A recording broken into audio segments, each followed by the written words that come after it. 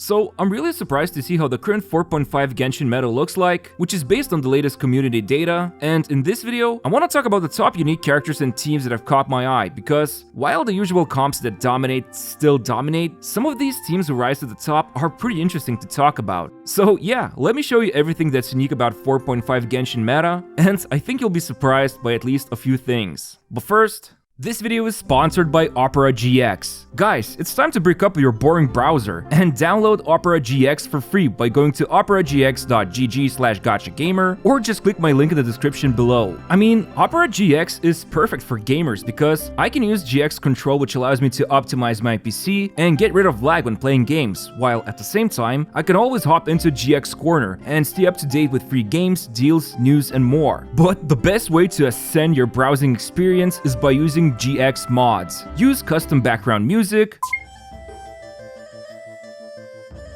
enable new beautiful sounds for keyboard and when opening and closing tabs,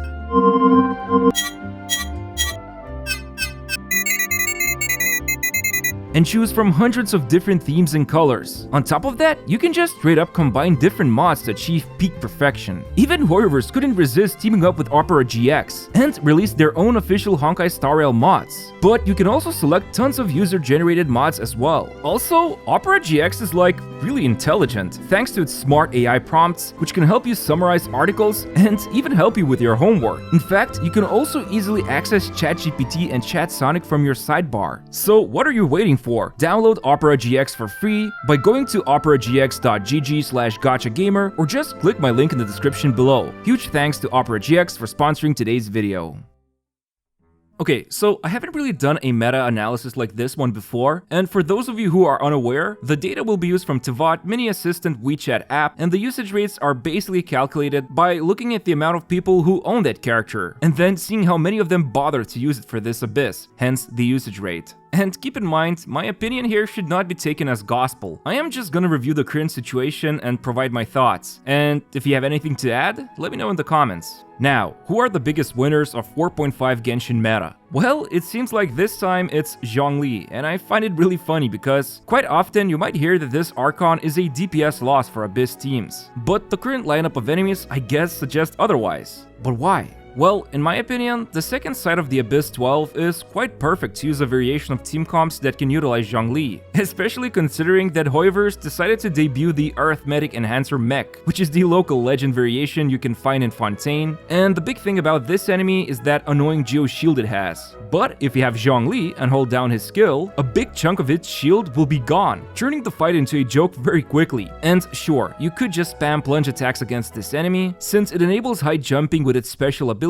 or you can even use blunt attacks, other Geo units, and even reactions like Overload. All of this is fine, and I'll talk about this more in a moment, but I think there's a good reason why Zhongli is a popular pick here when looking at the usage rate of teams that deploy him for the second side of floor 12. And the thing is, it's not the first time this Osmanthieves Wine Enjoyer has been sitting at the top. I found him to be reigning supreme in 4.3 update as well, so it's cool to see an old unit remain relevant to this day. But you know who else has been dominating? Furina, which is not a surprise. People went mad for her. However, she does require a right-hand man or woman to do her bidding as a healer, and for the past few updates, Baizhu has been slowly climbing to the top as the best healer for Furina comps. In fact, this is the first time I see such a huge usage rate for him, which is funny that he's beating Yelan here, when in reality, if we look at the total ownership, there's more than 3 times bigger ownership for Yelan, and yet, the small 46,146 sample size of owners decided to use Baizhu 30,207 times, which results in nearly 65.5% usage rate. And what I found to be extremely interesting is that the majority of people who play Furina teams with Neuvillette and Baizhu went for the first side of the chamber. Obviously, this team will easily demolish Dirge Coppelia at the last chamber, since both Neuvillette and Furina can apply enough Pneumo from their attacks to cause the boss to get interrupted when it's using that annoying climax attack. But, and I know this might be cringe to hear it, I thought those shadowy husk enemies would completely counter Baizhu because, well, he is creating a shield once every few seconds, and these enemies thrive against shield teams. They become much more scary. However, as it turns out, I believe none of their special abilities will trigger if they break the shield, and it just so happens Baizhu's shield is paper thin. So literally none of the shadowy husk abilities will trigger against shielded active character, since even if they hit you, the attack will just destroy the shield, and if you're playing Neuvillette, The point of this shield was to help him resist interruption, especially if you don't have his first constellation unlocked. But yeah, this doesn't mean Baizhu is the only best healer for Furina and Neuvillette teams. However, his healing and pseudo-shielding really come in handy when you want to build fanfare stacks for Furina and provide additional defense for Nuvi. Now, another character that really surprised me, especially after my latest video, was Chiori. Obviously, the sample size of players who decided to use Chiori is really small, but the usage rate is pretty high, and I'm guessing this mostly has to do with the fact they just wanted to see how well she works after pulling for her. However, when I checked the teams on the app, the first one that came up was the classic Mono Geo variation of Itto, Zhongli, and Goro, which made up almost 17% of all Chiori users. But afterwards, almost the same amount of people used Chiori with Navia in some sort of double Geo or sometimes even triple Geo variation. So teams like Navia, Chiori, and Benny with Xiangling, as well as a variation of Furina with Benny, were at the top. And so this raised a big question for me. Did people who pull for Chiori also pull for her first constellation? Cause the thing is, if it's just her with Navia, Chiori loses out on her second passive and second doll she could otherwise make with a Geo unit who can create a construct, which is something that Navia cannot do. And so, Chiori's first constellation fixes both of these problems. Personally, I don't think it's that huge of a DPS loss for Chiori if playing with Navia, but obviously, that C1 is a massive bait for Navia enjoyers, and playing without all the tricks that Chiori can bring to the fight can feel very unfair for people. Sadly, I don't think the app shows the character constellations because I am very curious to see how many went for C1 Chiori. But still, it's kinda cool to see people clearing the second side of floor 12 with Chiori, and also, she does appear in a lot of random teams. For example, there's one comp with Yoimiya, Zhongli, and Yalan, which is pretty interesting. And besides, Chiori is perfect for providing additional Geo attacks to break that annoying shield on the mech in the final chamber, and people who pull for her are using her, I guess. Overall, I would say that there's quite a few units that surprised me regarding this 4.5 Abyss cycle, but it's also a bit weird to see someone like Nahida fall behind Baizhu, and even Benny, the unofficial Pyro Archon, is almost toe-to-toe with Chiori and Navia, which ironically turns out to be a team that's made up of them. Still, it's also good to see Cookie maintaining that high standing as a 4-star. Her ability to trigger Hyper Blooms and provide healing still remains very much relevant even to this day. And I know some would say that this current Abyss cycle isn't that great for Dendro comps, mostly because of the Dendro Chicken in the first chamber's second side, and Dendro Spectres on the second chamber's first side, but to this I say, well, let's actually take a look at the best teams.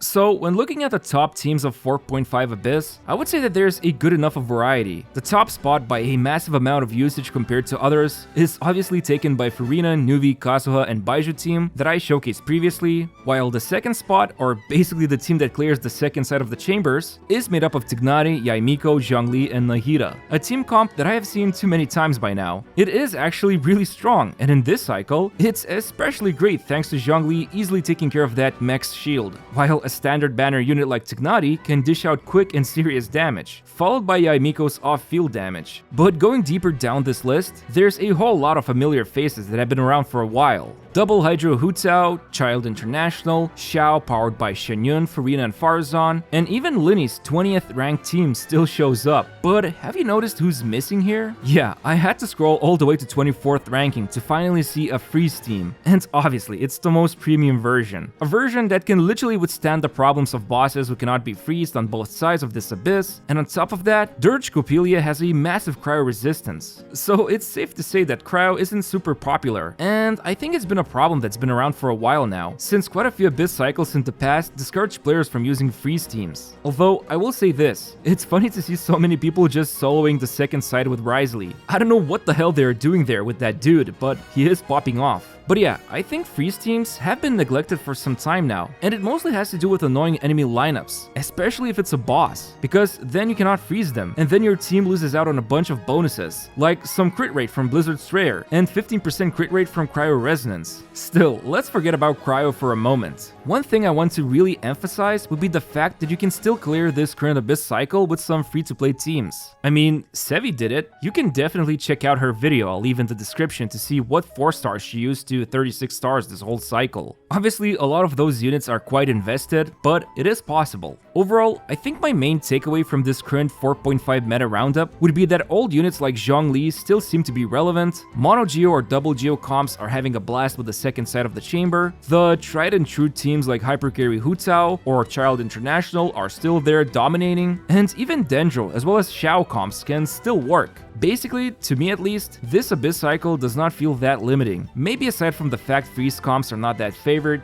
but hey, it's just some data from an app where 172,000 samples were submitted, and I'm sure there's a ton more people who play different teams than the top ones shown here. I mean, Rational Team is still pretty amazing with all things considered, and you can even run something as funny as Chever's Overload comp to break that mech's shield. But anyway, hope you enjoyed this video. Let me know in the comments if you would like to see something similar in 4.6 update. I mean, Arlecchino is going to be there, so let me know if this video idea seems worth continuing. And as always, thanks for watching, and see you next time.